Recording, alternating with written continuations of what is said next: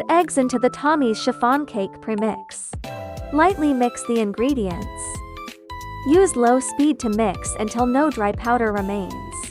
Switch to high speed and beat the mixture.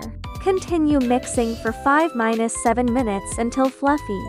Add vegetable oil and milk. Mix slowly until evenly combined.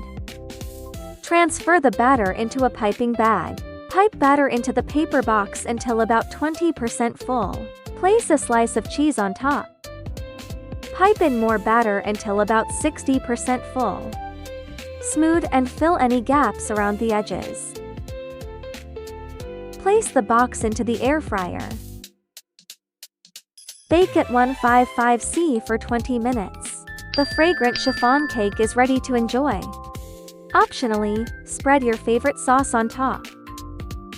Sprinkle pork floss to finish your savory chiffon creation.